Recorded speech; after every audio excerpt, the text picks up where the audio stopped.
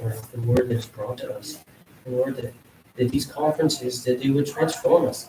That we would see, that we would be convicted by what we hear, to draw closer to you, to know that your throne of grace is open, that we would be able to mortify sin, that we would be able to hold one another accountable, and we would see those that attend your work, Lord, that lives would be transformed and conformed to your word, that we would go forth, Lord, with such enthusiasm, that we would shine bright, and that would go forth into this world, Lord, that is darkness, not just here in RGC and friends and families, but further into this world, that the church would grow. So I pray, Lord, for those that are in attendance, that are members, friends, families, those that of the church that attend, that these conferences, Lord, would be used mightily as a great time, Lord, that it would encourage, Lord, that are yours, but also that those that do not know you, that they would bow the knee and they would confess you as Lord and Savior. So Lord, just lift these conferences in your name, and we just pray, Lord, that they would bear fruit. We simply pray in your name. Amen.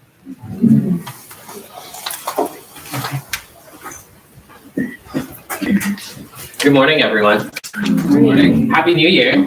This is the first Focus Ministry back from the New Year, so it's good to see everyone here that you have decided to stay in the new year and finish off the rest of the book of Judges. Lesson number 9 marks the halfway point for this specific year.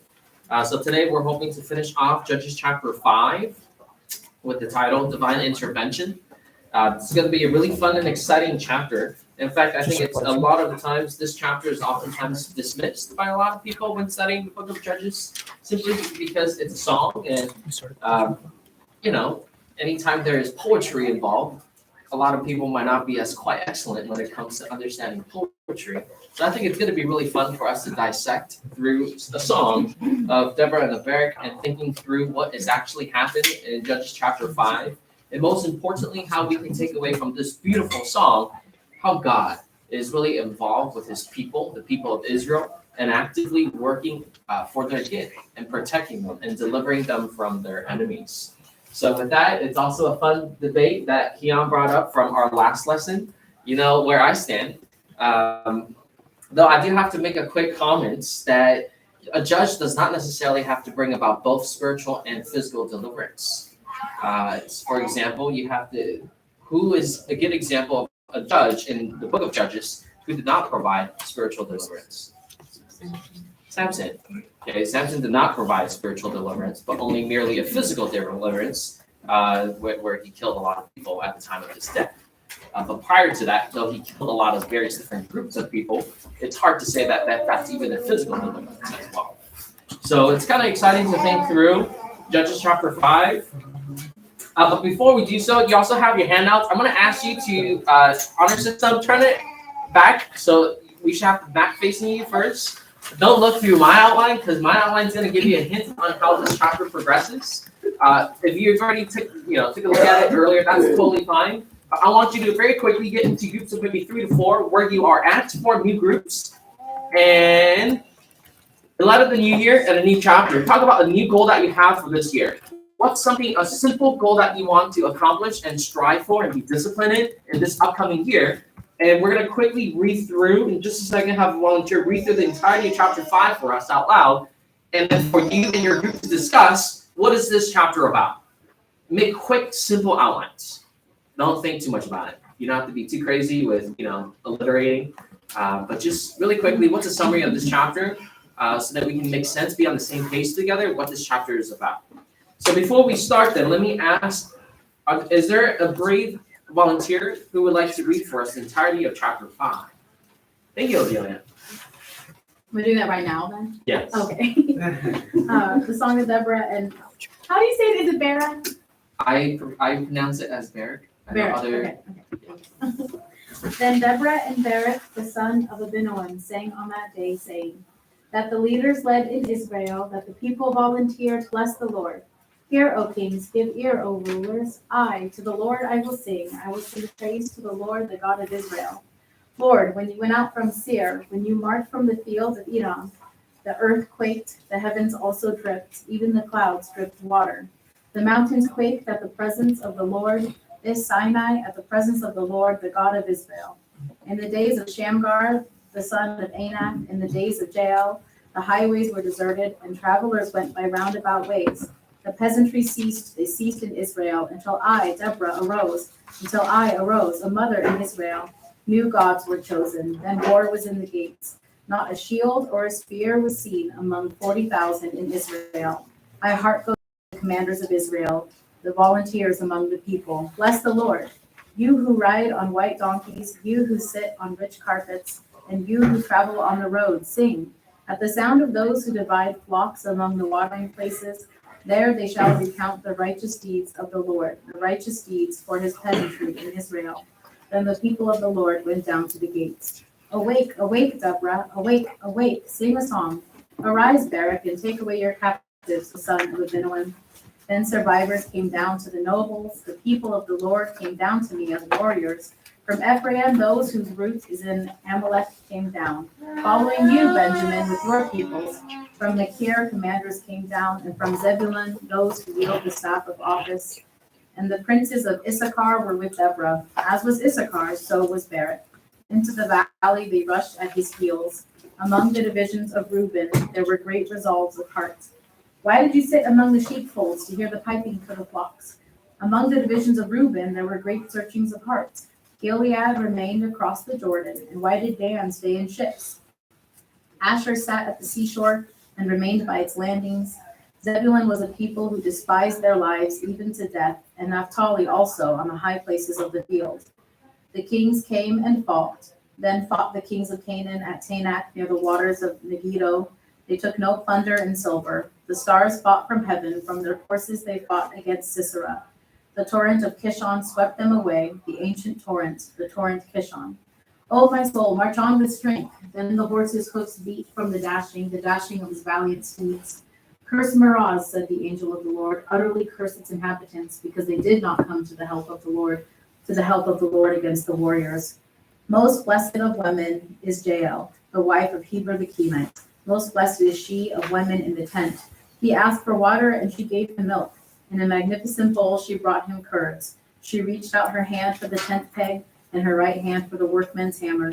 Then she struck Sisera, she smashed his head, and she shattered and pierced his temple. Between her feet he bowed, he fell, he lay. Between her feet he bowed, he fell. Where he bowed, there he fell dead. Out of the window she looked and lamented. The mother of Sisera through the lattice. Why does his chariot delay in coming? Why do the hoofbeats of his chariots tarry?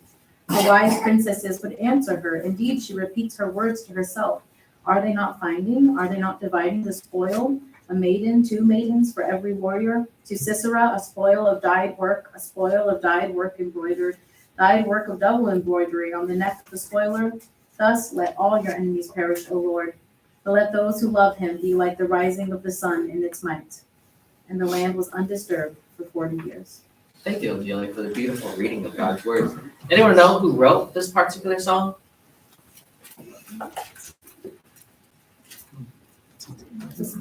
Deborah? It's Deborah. So how fitting in God's sovereignty that Odelia read it for us in this beautiful womanly voice as well. And it would be really fun for us. We have a couple of talented musicians in this room. If you can compose this and sing it for us at the end of this year, that would be absolutely amazing. So with that, in your smaller groups of 3 to 4 people, why don't you go ahead with looking at the outline again, but probably in the back, talk about what is this particular song about and what's a new goal that you have for this new year. And you will have, current time is already 11:28. So we're going to get back together at 11:35. You have 7 minutes.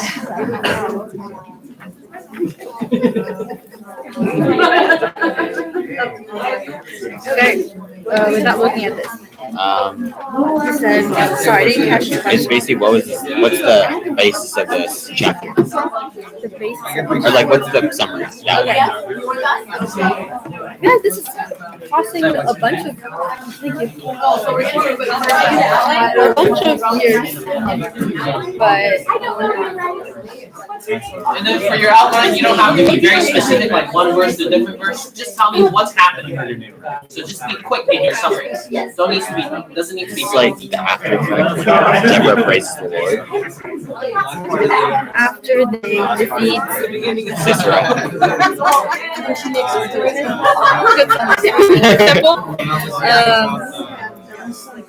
Yeah. I mean, she kind of recounts the years before that, right? Yeah, the days of Yeah. you can be in our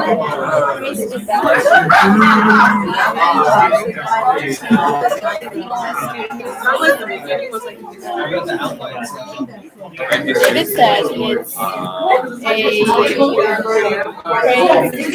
God after the defeat of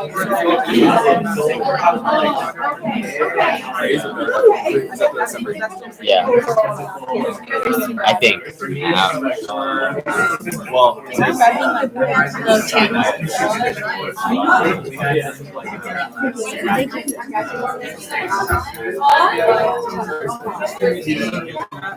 And then Deborah raised her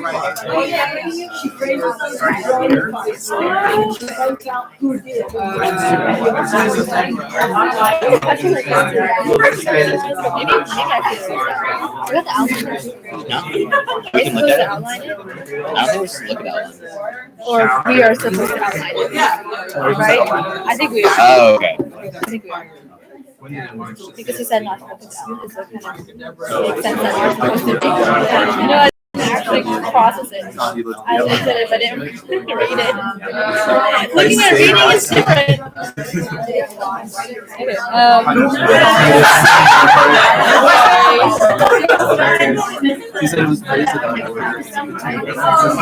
After the death of. Oh, actually, yeah. After the destruction of the king of Canaan. Because 4 ends with the death of Canaan. Or destruction of. Until they destroy Jabin, the king of Canaan.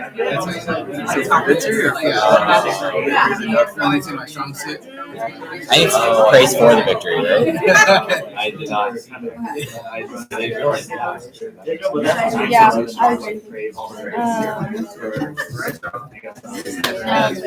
The outline. Is this wherever there's a break?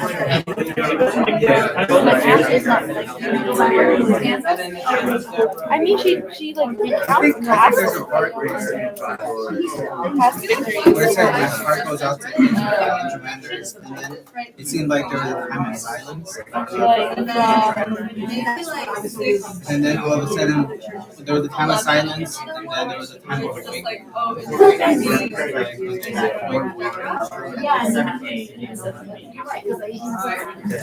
It also could be the notion of like how there were no like Deborah, like there was nobody reading. It's like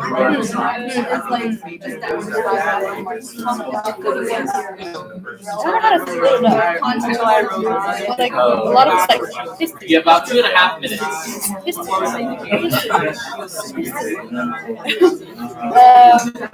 You can go specific, I guess.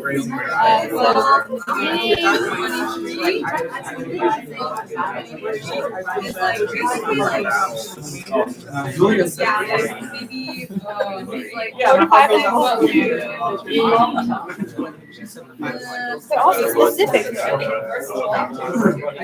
This is the false. That's true. One to 3. Okay. I think the big And then it's like a bunch of recounting how for God like has Joyce is now deliverance is coming. Now worked. it's time for God. Now it's there. The God is going to 46. gonna like he's like she's like go fight. Kind of like Now it's the time. oh, what about her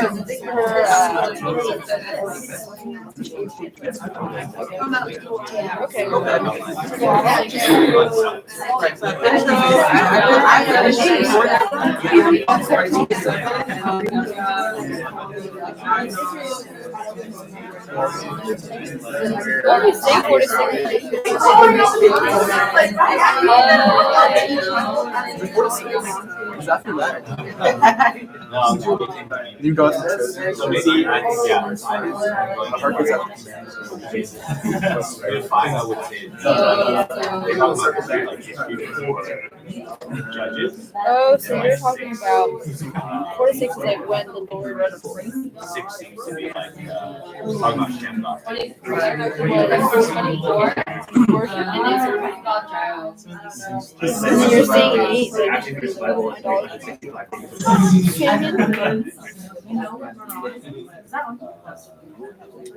You have about 15 more seconds to wrap it up. 8 is like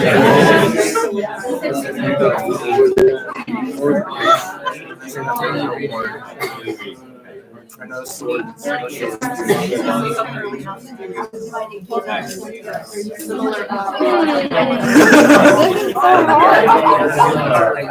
for that's 4 hours.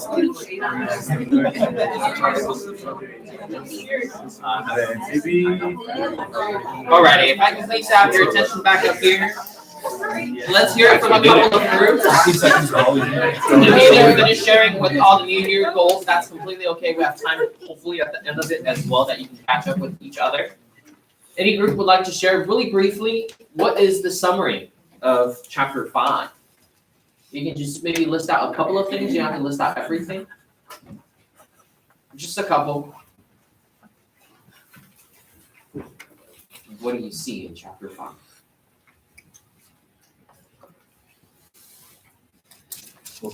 Thank you, Byron. Go ahead. Yeah, so actually we have our outline. For verse 1 to 3, it's call to attention. Verse 4 to 5 is reason to pay attention, which is the Lord. Verse 6 to 8 is the current state. Verse 9 to 11 is Deborah's hope. Verse 12 to 23 is the summary of the battle in chapter 4. Verse 24 to 27 is praise for Jael. 28 to 30, lamentation of the enemy. And then verse 31 is the benediction. Wonderful. Good. Looks good. How many guys like that? You guys enjoy it? Who was in your group, Nathaniel? It was Queeth, and then Byron and myself. Wonderful. And Abigail. Can't forget about that. I mean, they're part of the week. Yeah. So that was good. So in short then, if you were to summarize it, what is the song about? It's praise to the Lord for the current state of Israel. Okay, it is praise and in the state of deliverance that's achieved, but then what's the main point?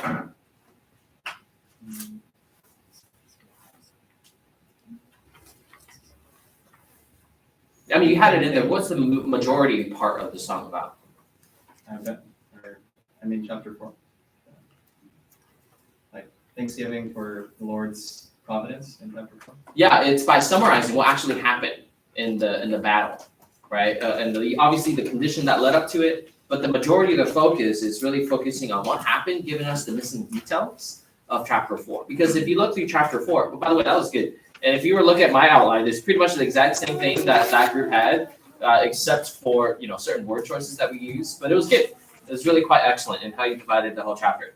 But chapter 4 really focused on the major key players within this particular struggle between the Canaanites and the Israelites, specifically the leaders of Israel versus the leaders of the Canaanites. But here you see in chapter 5, as Deborah writes the song for both her and Barak to sing, they're praising the Lord and they're recollecting and summarizing what was happening to the rest of the people of Israel during this particular battle, an epic war that occurred between the Israelites and the Canaanites. So it actually brings the narrative away from the key players just for a second and to focus on the day-to-day warriors, soldiers, and what were they doing, and how God was still exalted and magnified, and God was still involved, not just in the leaders of Israel, but even in the ordinary people of Israel as well. So I think that's the exciting piece that we see in chapter 5, that if we were to be dismissive of this particular celebration song, we would have missed the finer details of what actually took place, and as a result, ultimately diminish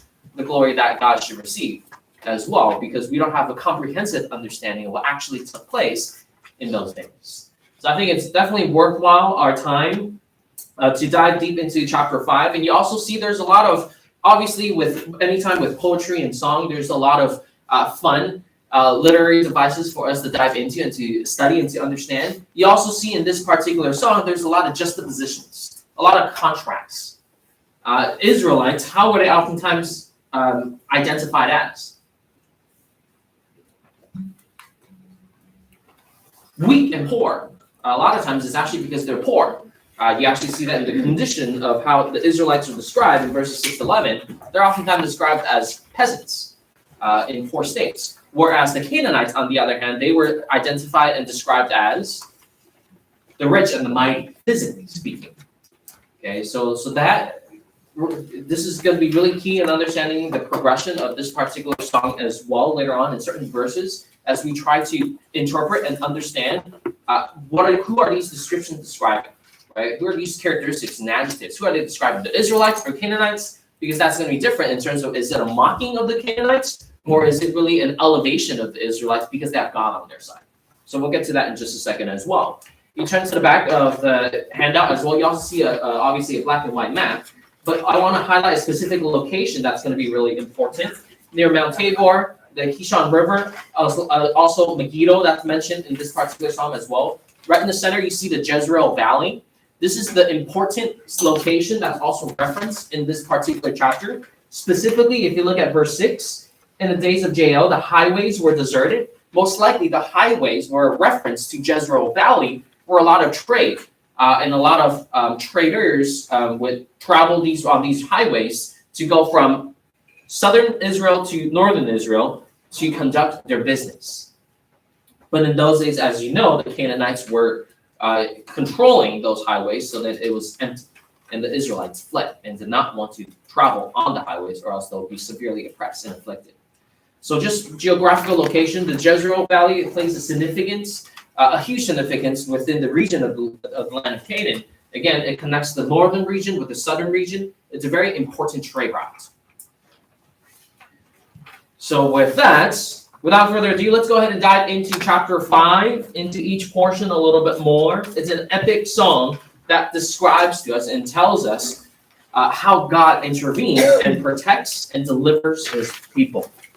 So verse 1 tells us a quick brief introduction to saying on that day, immediately following chapter 4, verse 24, the hand of the sons of Israel pressed heavier and heavier upon Jabin, the king of Canaan, until they had destroyed Jabin, the king. Right, so it's immediately following the victories of chapter 4, after Sisera and Jabin are killed off and the Canaanites are driven away. This is a song of victory, a song of joy, a song of hope, and a song of worship that comes forth from Deborah and Barak. Immediately into verses 1 to 5, you see the veneration. And the definition of that is simply great reverence and fear. Or as Nathaniel's we put together, the call to attention and the reason for attention is because God is so great and God is so mighty, and he ought to be feared and revered and worshipped properly as well by the people of Israel. Because ultimately, it is God who provided this victory, as we see in verses 2 to 5 more specifically, that the people, the leaders led in Israel, the people volunteered. And that's amazing to recognize that Deborah and Barak are able to recognize in verse 2. The people are actually doing something. They're not just sitting idly, but it's a recognition that the leaders are finally leading and the people are volunteering and acting in obedience to the call of Deborah, to the call of Barak as well, to wage war against the Canaanites. And as a result, bless the Lord, give glory to God. And then you see the rallying as well in verse 3. Hear, O kings, give ear, O rulers. Right? You can imagine now shouting not just to the Israelites, but to the surrounding nations, the Canaanites that lived in that region. Hear, to the Lord I will sing. I will sing praise to the Lord, the God of Israel. And it's a direct contrast is, you can't sing because you have been defeated. So listen to this song of victory because our God is the one who truly can deliver.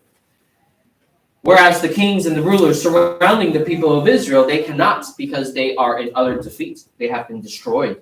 And their gods are not able to deliver them whatsoever. And furthermore, you see in verses 4 and 5 that the description of this divine deliverer, this God of Israel, we see his description in verse 4, you went out from Seir. Now also, if you were to look in your maps, Mount Seir is actually located south of the Dead Sea. Okay, directly south of the Dead Sea. and just a little bit north of Mount Sinai, which is not pictured in our picture up in the front, but it's in between south of Dead Sea and north of Mount Sinai. What's the significance of that? We read further on a little bit more when you march from the field of Edom. The field of Edom is exactly right here. If you were to come up later on to look at the map, Edom just is in full print, right? The field of Edom. So it's what you see is God coming from the south, marching to the north. Because this conflict that occurs between the Israelites and the Canaanites was occurring within the northern region of the land of Canaan. So here in verses 4 and 5, you see the depiction of God traveling from the southern portions, south of the land of Canaan, into the northern region to aid his people, to assist his people. And following God's marching to the north, the earthquake, the heavens also dripped, alluding to and foreshadowing to the rain and the great storm that occurs that enabled the Israelites to have victory. Even the clouds drip water. The mountains quake at the presence of the Lord, the sign at the presence of the Lord, the God of Israel. So the significance that you see in verses 4 and 5, it's not that somehow God is somehow bound by geographical locations, but these descriptions of God traveling from the southern region to the northern region is to show that God is with his people. This mighty deliverer is with his people. No, God is not confined to a specific location that he has to go from one place to another in order to bless his people, although it's a play against the culture, because the culture during the surrounding Canaanites were, each God is confined by their geographical location, by their geographical nation, right? That we as the king, the people of so-and-so country, we worship this God, right? This is the God of whatever country that they're a part of or empire that they're a part of. The culture at that time, aside from the Israelites, they consider the gods that they worship as bound by geographical locations. So whenever you have two peoples clashing against each other, it's a battle against those two gods fighting over territory, right? So it's with that understanding that we see in verses 4 and 5, God is marching forth, not because he's bound, again, by geographic locations, but to signify that God is truly the one who is with his people every step of the way in this particular conflict, that he is the God who comes out on top, because Baal is obviously a false god, and the significance behind that, even the heavens also dripped, Baal was worshipped by the Canaanites because he's the god of fertility, the god of storms, the god of rain. So here, Deborah is cleverly using, obviously, beautiful language, describing the awesomeness, the holiness, and the mightiness of God in providing deliverance, but it's also mocking the Canaanites. We have a God who is truly powerful. We have a God who gives us total victory, and we have the God of storms, and the God of rain, and the God of fertility, unlike our false worship of Baal. So that's exciting. And it's also further considered how creation responds to this great God as well, the God of Israel. In verse 5, the mountains quaked at the presence of the Lord. I mean, how awesome is that to consider? Just the great magnitude of the power of God that is demonstrated in these simple verses. It's appropriate for us to even pause in the first 5 verses of this introduction of the song. Is there a right fear of God in our life? Do we tremble at the very fact that we know we have access to the throne room of God in prayer? That we can, yes, this is a throne room of grace, but it is also a throne room of holiness and of power. And how often we haphazardly and carelessly approach the throne of grace without a genuine, sincere reverence and a proper control of our thoughts and of our words and of our attitudes and of our emotions. That we enter into the throne room of grace carelessly without thinking about what we ought to say to the God Most High. That even the heavens, the mountains would quake. And there's a great deal of humility if you have ever hiked before and stood up before the feet of mountains, the sheer size and magnitude of mountains. Or stand before the Grand Canyon, for example, for those of us who's visited there, and to consider the grandeur, the beauty. Yet beyond that, to understand that even the mountains themselves would quake, they would shake and tremble in fear and in awe of the Creator himself. Yet we would dare to live our lives in such careless thought. of who God is on a day-by-day basis. That we would much rather elevate ourselves in a day-to-day responsibility, situations, in our interactions with people, that it is me who is at the center of all this. But the appropriate picture that's painted by Deborah in the first 5 verses is God is at the center stage. God is the one to be worshipped, to be feared, to be rightly approached, and to be seen and to be magnified, to be exalted. How terrifying, how powerful, how magnificent, and how majestic this God of Israel, this God that we know from Scripture is. And in this new year, it is important for us to add on to the goal that you have to see God rightly. To have that right fear and right reverence of God. Not treat him lightly. And this is what so many, unfortunately, lukewarm Christians, mediocre Christians today live their lives careless about being, they can care less about living sacrifices to God, because ultimately they're careless about their thoughts of God. And what a tragedy that is, that they've never come close in contact with the real God of the Bible, as we see in Judges chapter 5, and therefore chooses to live a mediocre, lukewarm life. And that's going to be the focus that we see in chapter 5 as well in this particular lesson. How do we tackle lukewarmness?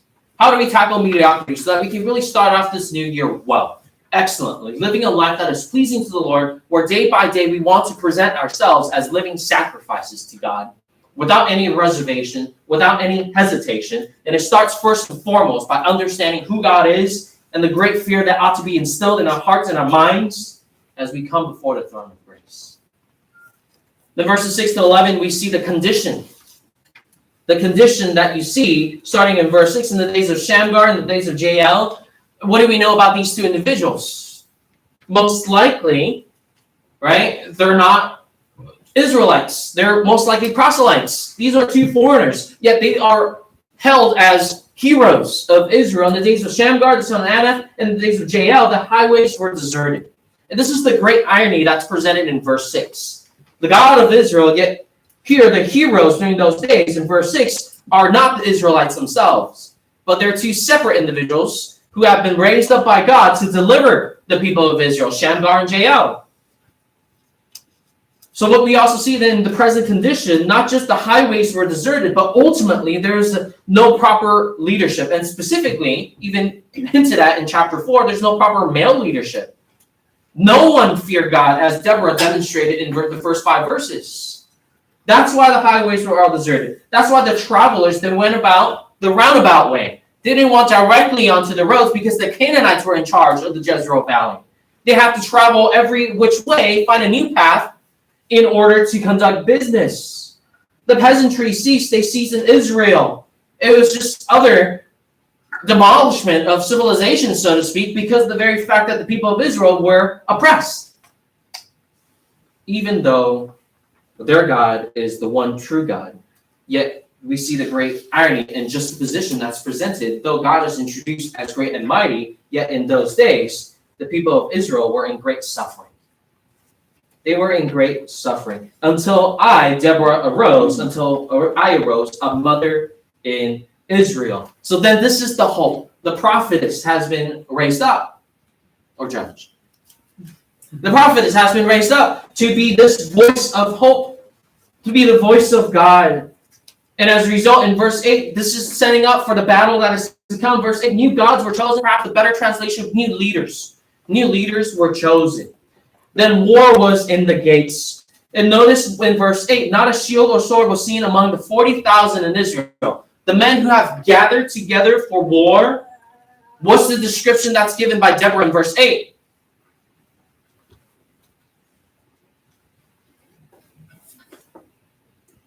Physically, hey buddy, we got no shields. Hey man, we're lacking spears here a little bit amongst the 40,000 of Israel that were going against the Canaanites, who had what? Iron, not just chariots, iron chariots. And you're thinking to yourself, man, wow, I'm so excited to be part of this army. But then that's the hope, though. That's the excitement, as people responded to the call of Deborah. They responded in obedience. Though they were poor and lacking physically, what you eventually notice is they're mighty in spirit.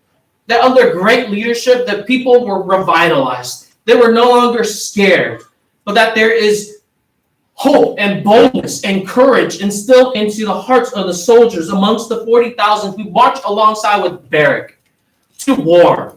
Though they're lacking in weaponry, they know they have the God on high who's on their side. And therefore, if God is on our side, why should we be afraid?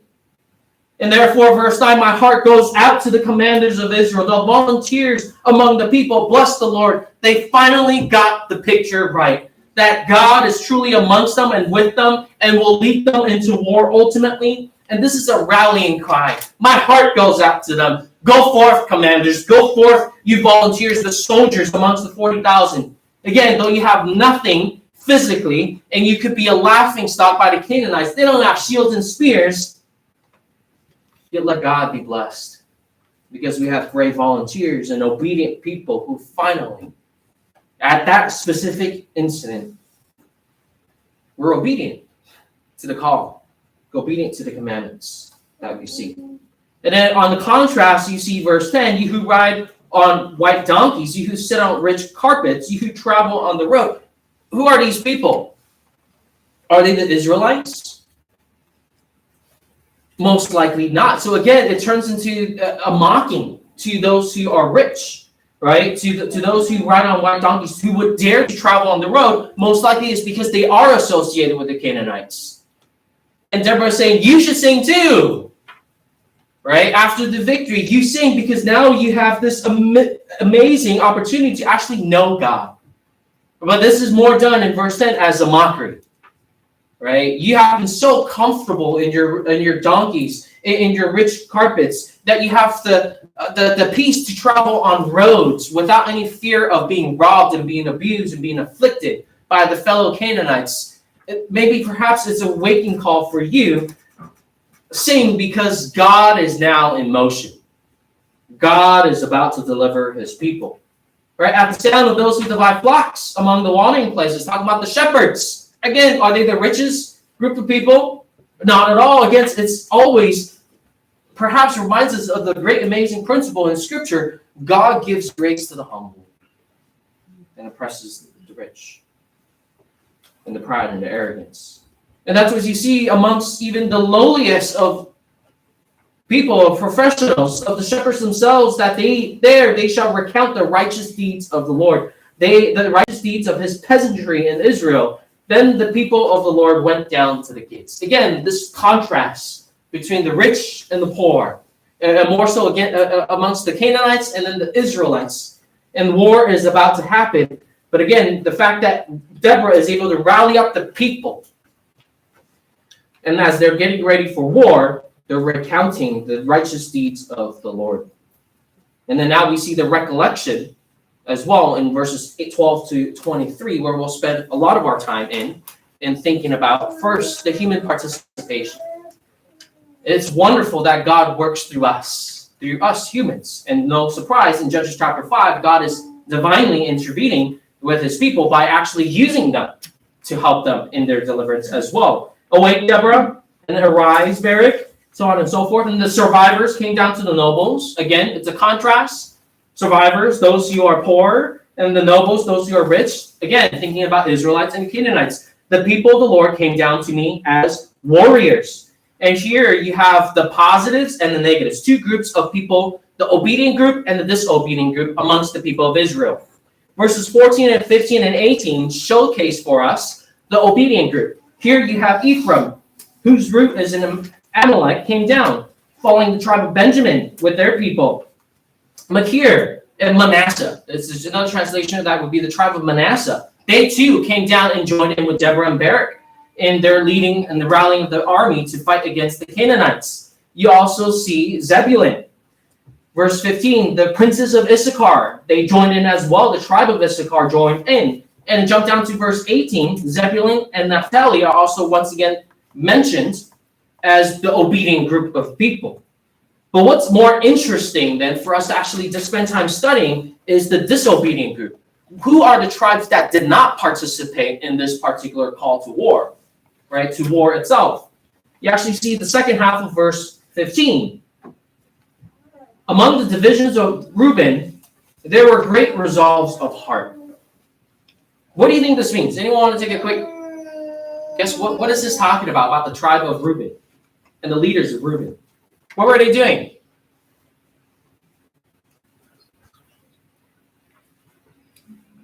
You can also see the rest of it in verse 16. Why did you sit among sheepfolds to hear the piping for the flocks among the divisions of Reuben? There were great searchings of heart. What is being described for the tribe of Reuben, for the leaders and for the people of Reuben?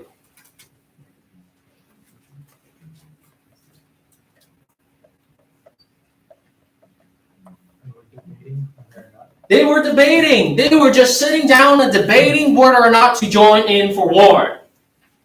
Is this a godly thing or an ungodly thing? It's not, because to put it simply, essentially, Reuben is just making excuses. Let me think about it for a second, Let me think about it real hard. Really, really, really, really hard.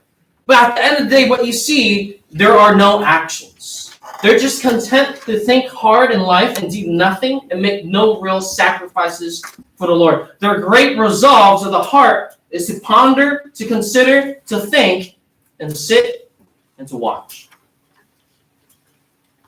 Further on, you see Gilead, or the tribe of Gad, more specifically, remain across the Jordan. They thought it was too troublesome to cross across the Jordan River. Too great of an effort to go past the river. The tribe of Dan, they worry about what? In verse 17, they just stayed in ships. They were more or less worried about their shipping business, making sure everything is going accordingly with success and riches. The tribe of Asher, that they sat at the seashore and remained by its landings. They're too into the beaches alongside the Mediterranean Sea. They just sat along the seashores and sat idly for comfort and for entertainment. So here you see this group of disobedient tribes, Reuben, Gad, Dan, and Asher, being called out.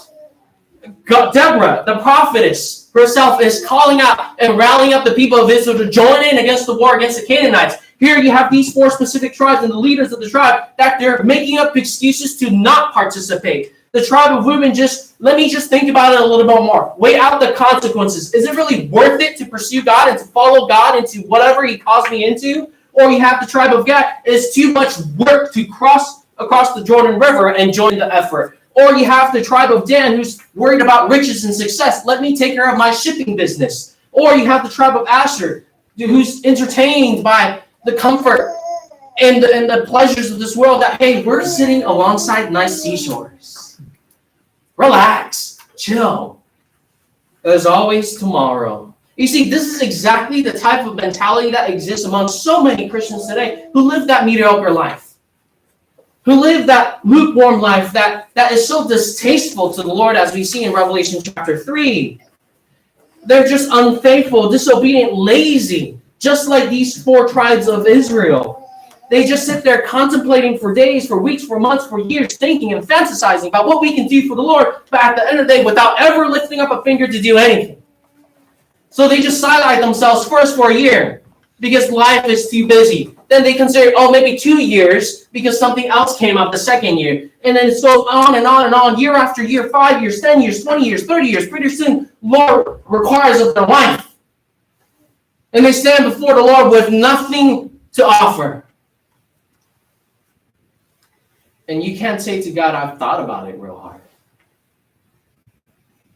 But never once committed yourself to living all out for the Lord. Or you have people who think to themselves, it's too much effort to be involved within the church, to surrender my life and to live as a living sacrifice on a regular daily basis. It's too much effort. You're asking me to do all my disciplines and invest into the brothers and sisters within the church to do this and do that. All this is so much, yet in the meanwhile, they're so eager and excited to participate in building up of their career, of establishing the future for their families in terms of material wealth, and so on and so forth. They never ever complain about that. And when it comes to a requirement to serve the Lord with all your heart, soul, mind, and strength, and to love Him as well, and to be plugged into the church, that's too much. I'm okay with just sitting here on Sundays, dabble here and there with the ministry here, with the ministry there. I'll invite a person or two over to my place every once in a while. And that's it. That's my comfortable Christianity. God can't blame me for that. I'm still doing something for the Lord. Right? Or we can be so caught up with the wrong priorities of life that we're so anxious about everything else but God and his kingdom. We are so excited about the next entertainment, the next hype in life, and the next trend that we don't want to miss out on, just so we can enjoy it to our own personal satisfaction and comfort and of enjoyments.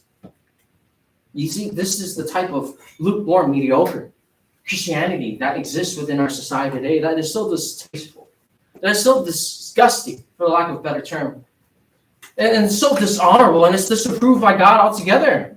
He's the one who graciously and mercifully saved us from our sins, from our own wickedness, not so that we can be worthless in the work that we do for him.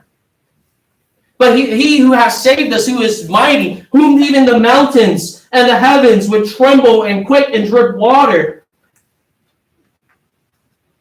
Yet us who have a profession of faith would consider ourselves to be exempt in the service of God, in obedience to the God Most High. And we can somehow justify our, lack of a better term, uselessness in the kingdom and get to indulge in all the pleasures and the riches of this world without ever a thought of eternity. And brothers and sisters, in this new year, that's the fuel, that's the fire. Don't live like the rest of nominal Christians today, that they're just content with being mediocre. They do church here and there, but strive for excellence, strive for that holiness, that holy pursuit of God. Don't live a distasteful lifestyle that's disapproved by God ultimately. No, if you're a sincere, genuine believer with the transferred trust and faith in Christ himself as Lord and Savior, you're not going to lose your salvation. But man, just consider the bema seat. When you stand before the Lord, what do you want to bring forth to the God who saved you for the rest of eternity? For the God who saved you and rescued you from the depths of hell. Do you just want to dabble here and there to show him just a few golds and silvers and precious stones? Or do you want to amount for yourself a mountain full of gold, silvers, and precious stones and surrender it unto his feet because he alone is worthy? You see, that's the picture that's presented in chapter 5. God is worthy to be worshipped. Don't sit idly thinking to yourself, life is yours to live. Because it's not. And so many Christians will take great offense to it. Man, you're asking me to go all in and all out for the Lord. Where is the love? And somehow when we confront their mediocrity and confront and challenge them to think carefully about their lukewarmness, and it's a serious danger to be in this lukewarm state, oh man, Bruce, it's too harsh. You know, you don't know me. You don't know all the stuff that's happening in my life. That's too mean. It's too insincere. It's too insensitive. Where is the love, brother?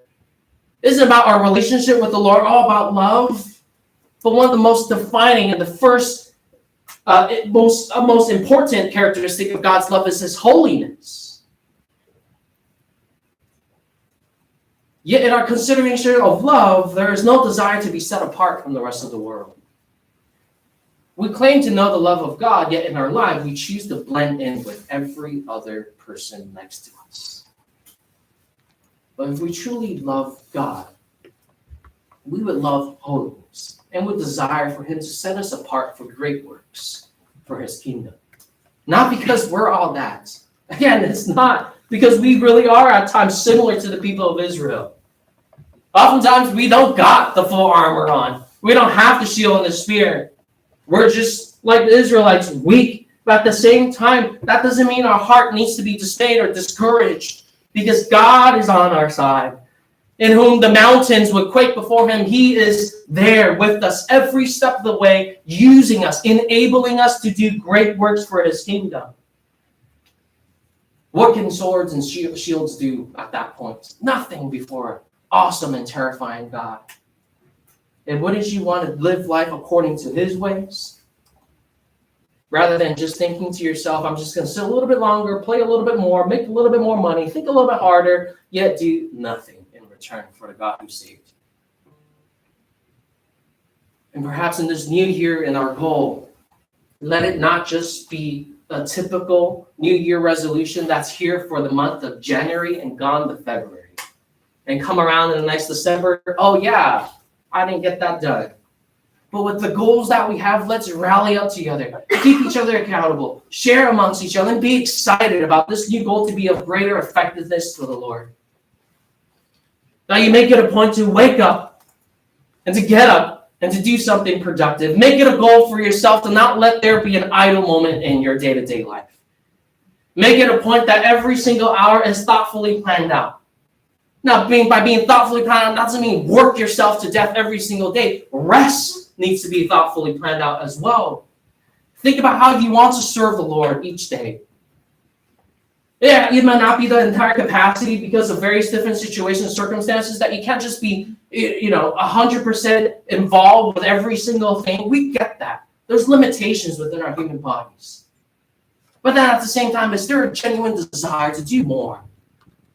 One of my goals is always, year after year, I just want to do a little bit more than I did that last year.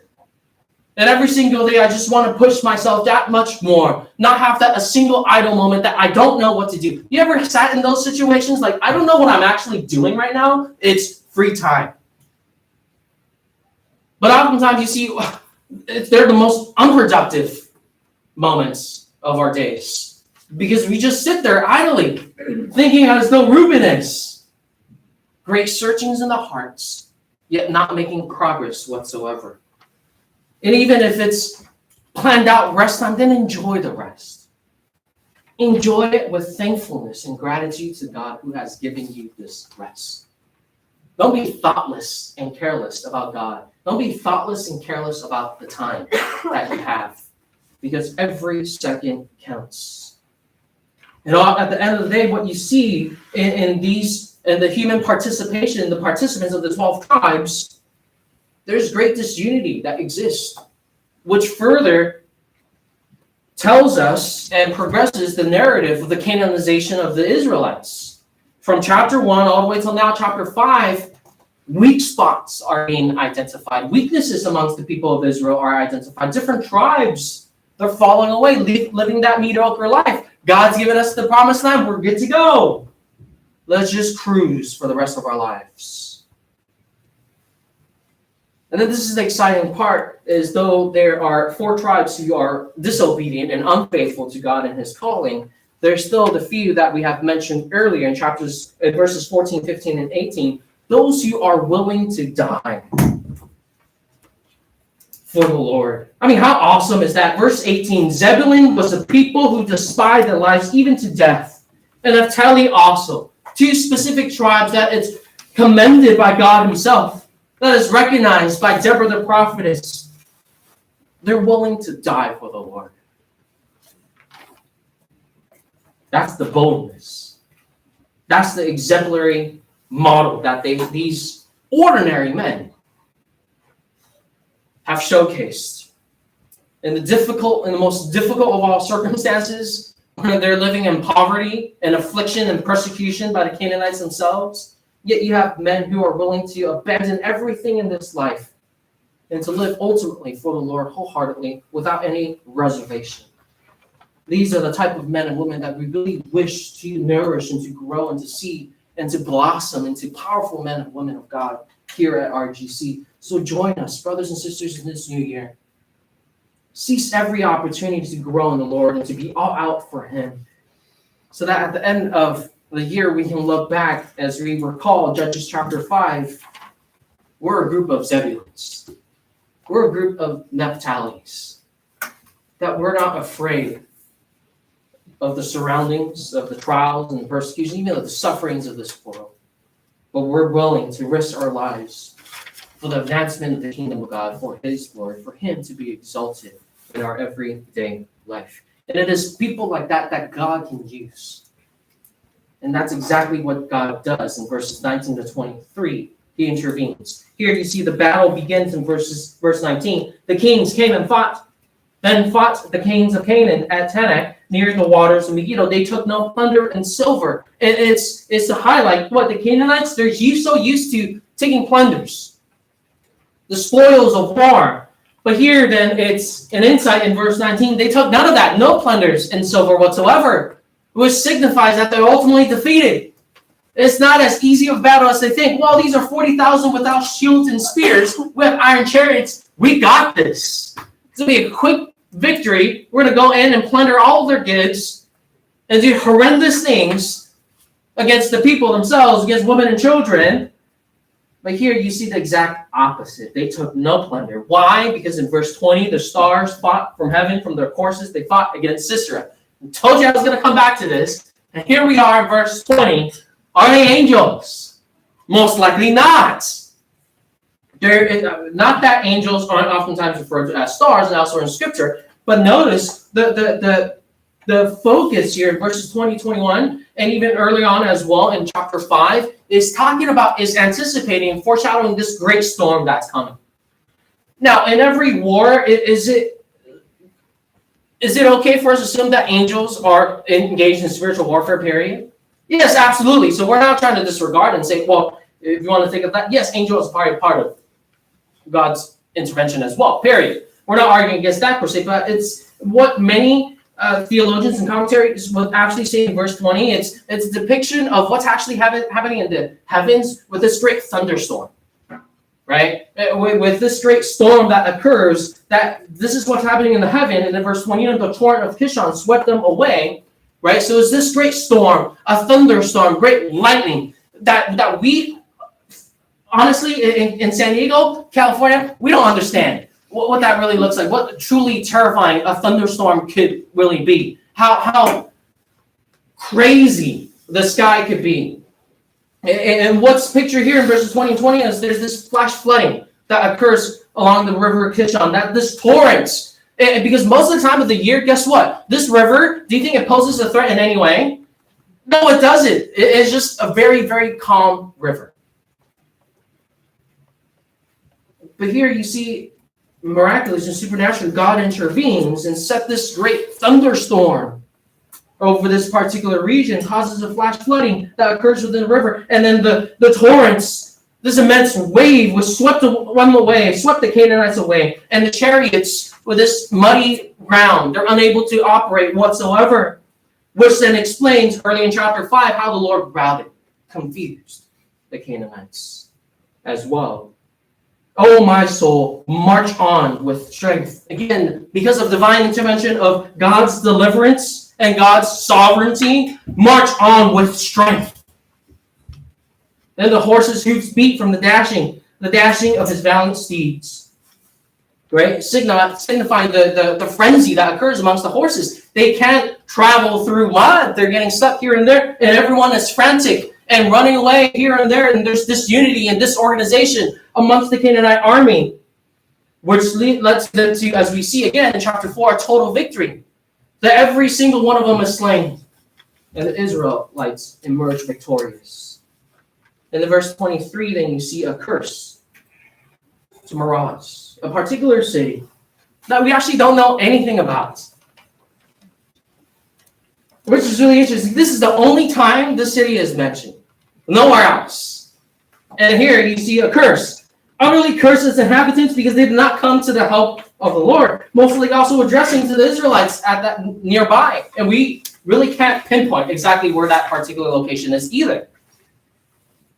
Right, but what you do see is the reason why they're cursed by God himself is because they did not come to help against the warriors, against the Canaanites. And perhaps why this is the only time it's mentioned, because since they're cursed, they're no more. But all in all, you see God just being so sovereign and so great in power in his divine intervention, establishing victory for his people. But again, people are not just idly sitting on the benches. They're also equally involved in God's work. And that's exciting. That's exciting because when we are working and thinking actively how we're honoring the Lord, God is working alongside with us. He's not just sitting idly like, go, you do work, keep working, go.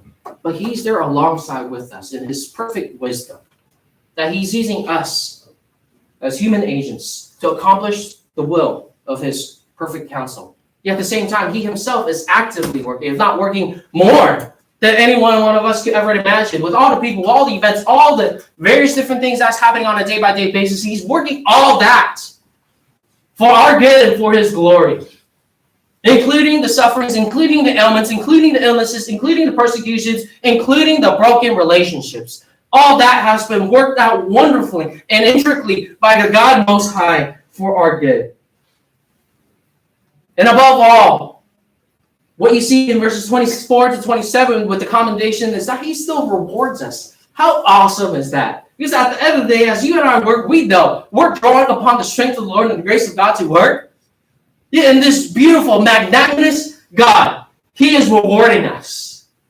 He commends us for our faithfulness, for our diligence. Doesn't that just bring to us a greater view and a greater joy and a greater zeal and excitement to serve God more? I'm using all of his resources to do work, and he's giving me all of his rewards.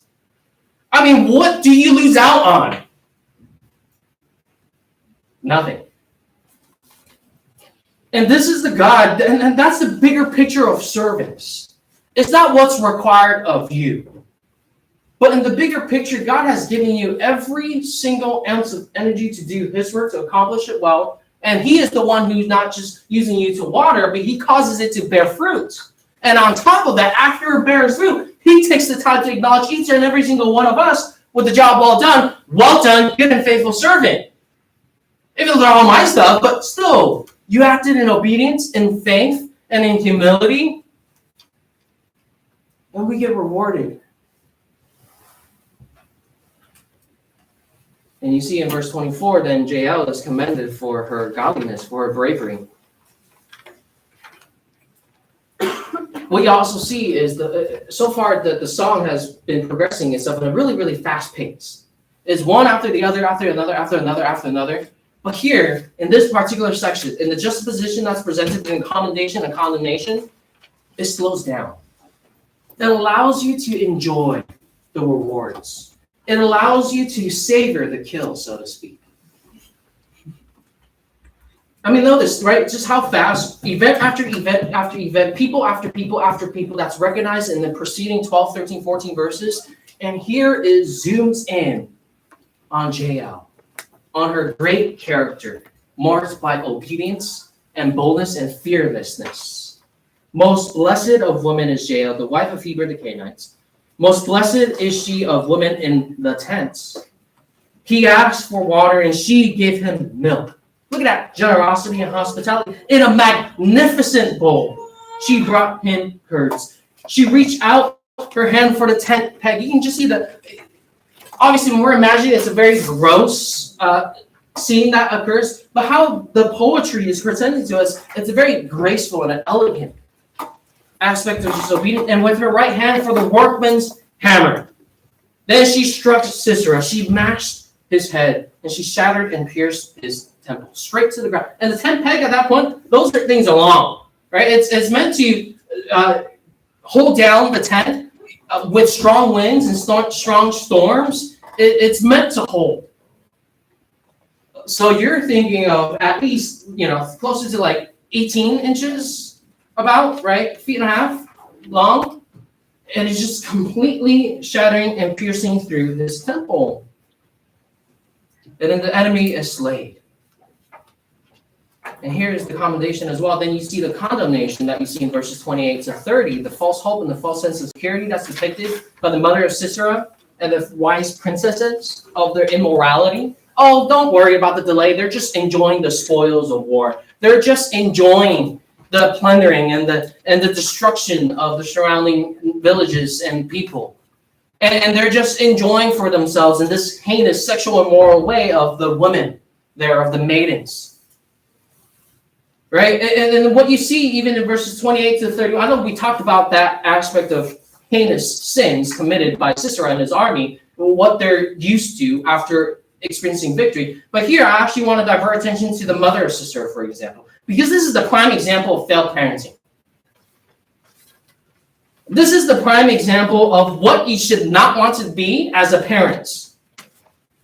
Right? Because how wicked is not just sister, but I know how wicked the mom is. To allow for such wicked, heinous sins to be committed by her son. A lack of humanity, a lack of regard for women. And she just expects her son and his army to conduct sexual immoral acts, heinous acts, against the enemy's women after victory. This is an example of just losing the focus, missing the point as a parent. And for us who are parents, aspiring to be parents, or even have spiritual influence over spiritual children as well, have you lost focus and missed the point of life? You desire so much for your child's success. You see, for the mother or sister, she's thinking to herself, my son is just out there being successful according to the world's way. Winning battles and enjoying his victory and enjoying the spoils of war. Right? They're so content and satisfied, and they just are so zoomed in and focused in on the success defined by the world of their children that they've lost the discernment between right and wrong. That we as parents can sometimes get so soaked in and held back and trapped and ensnared by the world standard of success and what we want our children to grow up to be like, that we lose focus of what godly parenting and biblical parenting should be. Which is why we have a parenting class coming out for our brother Shane teaches 3 weeks. Not 3 weeks straight, but 3 Saturdays. Although we would love to hear 3 weeks in Shane. That would be wonderful. Right? And here, for the mother and sister, we get, it's a big deal, right? She's endorsing rape, essentially. But that's on side, that's within their heinousness. But see, a lot of parents today, it's the little things that allow us to slip in and to captivate our minds in an unhealthy way that makes us lose focus of what really, truly matters. And it takes so much control within our minds that eventually in our parenting, it misguides our children. You see, those little things are equally destructive for us. For example, to not prioritize the church and to put studies above service to church. Now, that's not to say studies are not important. No, both can be done well to the glory of God. But you have met so many parents who would condemn the church because they're asking and requiring too much of a commitment from their professing child who wants to serve the Lord well. It's to drill in the importance of finding a good church and marrying the right person in the future more than the importance of being committed to the local body and being submissive to the Lord. Right? It's these little things to want for them to excel in extracurriculars, yet to abandon their study of the Bible and of the Word. And Raymond brought up such a good point yesterday with the head of household. So many of us were encouraged to attend church at the young age. Some of you have been blessed tremendously by your parents in that way, and by the Lord more specifically of that way. But yet the reality of it then is how many of us were actually led to Christ by our parents? And for Raymond's challenge was how many of us were actually led to saving faith because of our fathers? In which only 1 out of the 40 men that attended Heather household yesterday raised their hand. That's how pathetic parenting has become. That we look back on our lives. What mark has our parents really left behind? I don't mean to be disrespectful to parents in general, but sometimes we just miss the mark. We get so skewed by the world's definition of success and a prestige that we miss the idea that what truly is successful and prestigious in this life is doing the will of God. May this be encouragement to us who are parents of little ones. Make it a goal, especially if you're a father. Lead your children to say, what a great, tremendous, wonderful goal that is. And a humble goal as well. But the Lord has not just entrusted these little souls into our care physically, but first and foremost, as we see throughout the pages, both in Old Testament and New Testament, God has entrusted these precious little souls to us to care for spiritually. And let us do a good job at that as well. Even for those of you who are single, start thinking about the legacy that you want to leave behind in discipleships, in your relationship with brothers and sisters, with your housemates, with your roommates, even as you continue to aspire to be a future parents.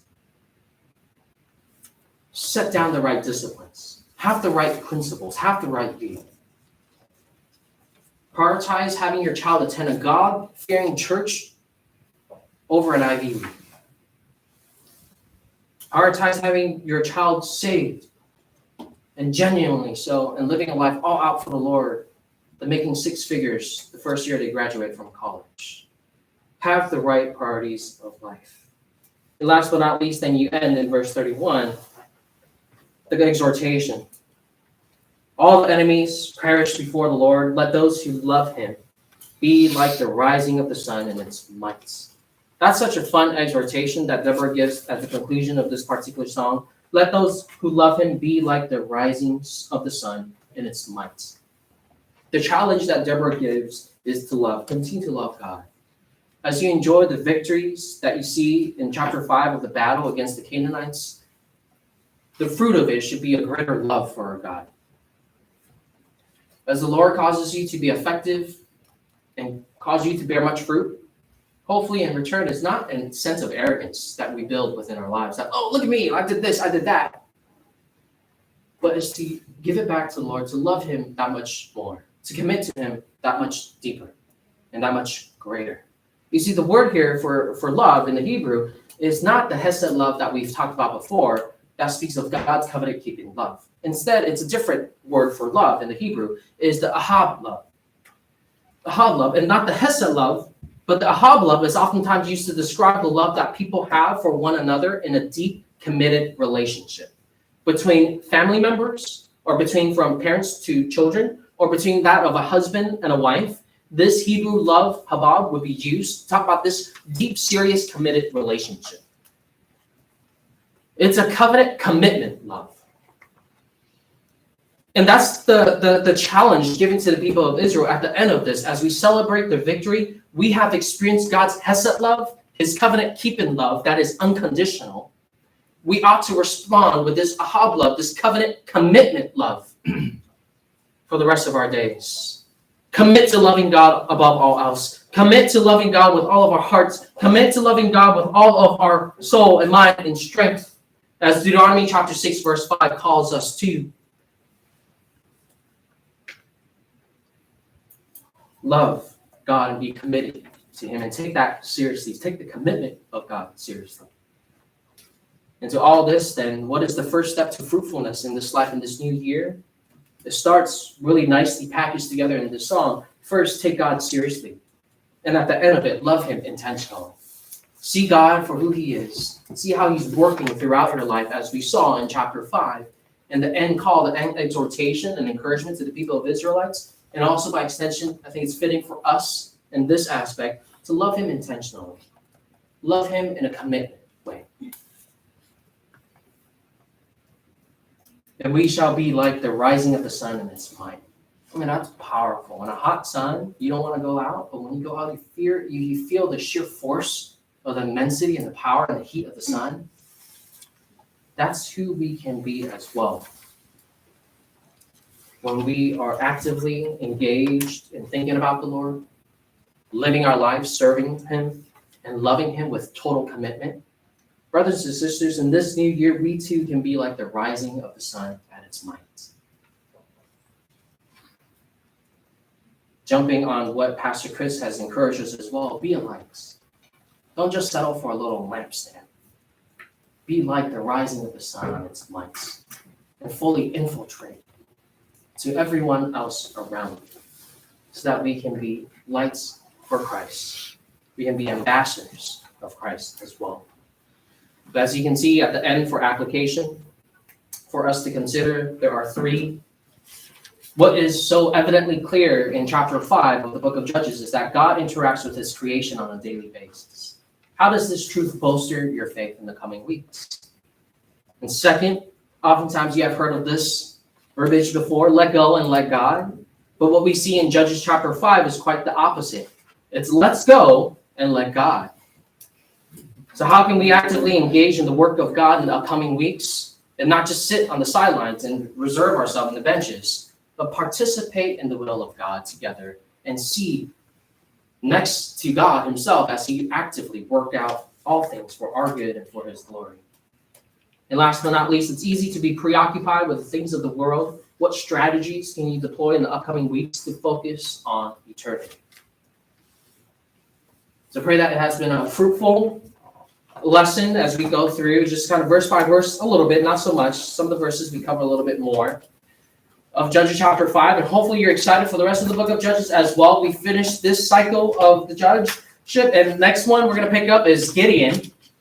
That's also going to be a fun time. And for this first year, we're hoping to finish the Gideon cycle, and that should wrap up take us all the way until June. So in our next focus ministry, it actually won't happen until a month from now on February 12th because of Rejoice Sunday and then All Church Retreat, and then we have Men's and Women's Fellowship, and then the fourth week, after this week, we have our focus ministry. Be excited for that because we have our usual Keon. Yeah. He's going to be leading a fun review for the first 5 chapters of the book of Judges for us, really tackling on the application. Really tackling on the application is fantastic because I think something that's really important for us is not just attend class, enjoy it, and be blessed by it, obviously, hopefully, by God's grace from his word and his spirit that's working in your heart, but really thinking about the application of it. Now we've gone through the first 5 chapters of the book of Judges, how much of it are we actually eagerly and excitedly still applying in our day-to-day life, and really being able to exhort and encourage and remind each other for that particular review day. So that's also going to be a really fun time as well. You can be praying for me on February 12th. I'll actually be preaching on that Sunday on Valentine's Day. So you can be praying for myself in preparation for that. You can be praying for our brother Keon as he prepares the review of it. So all that's going to be super fun. So Keon, getting you ready for next time. Would you like to close us in a word of prayer? Let's pray. Heavenly Father, Lord, we just praise you that you are God who is sovereign, or you are God who is intimately connected and intimately desiring to be with your people. And even through the book of Judges, as we're able to see, as you are with your people, and people labor, yet you are still right alongside them. And Lord, I pray that as we look into this upcoming week, upcoming month, Lord, that this would motivate us, that we would take you seriously in our own lives, that we would take our lives seriously too, knowing that you've given us all that we need, that we would all the more look back to you and give you all that you deserve, Lord. So I pray that we would be men and women, just like those in the Old Testament, men and women of faith who are out there spending each and every minute of our lives to further your kingdom and to make sure that the world knows who you are, Lord. I pray that we would grow in a greater love of you, and by doing so, that we would be like the rising sun in our midst, and that others would look into our lives and say, these are people who worship a God worth worshiping. So thank you again, Lord, for today, and it's Christ's name. Amen. Happy New Year again, and let's strive hard to accomplish our goals for the Lord and really work tirelessly for him in dependence in the coming year. So with that, we are going to get ready for lunch as well, and lunch is going to be at UTC. Yes. Okay. So have a good rest of your Sunday. That's true.